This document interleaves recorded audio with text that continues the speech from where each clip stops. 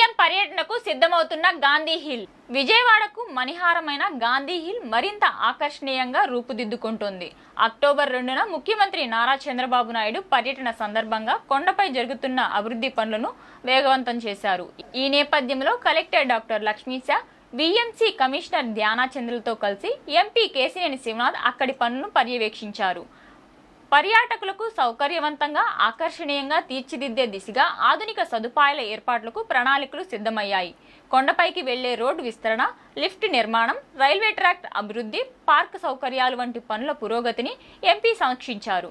సౌకర్యాలు పూర్తి స్థాయిలో సిద్ధం చేయాలని అధికారులకు ఆయన సూచించారు. అభివృద్ధి పనులను తక్షణంగా పూర్తి చేయాలని అధికారులకు సూచించిన ఎంపీ ముఖ్యమంత్రి పర్యటనలో గాంధీహిల్ ప్రత్యేక ఆకర్షణగా నిలవాలని ఆదేశించారు.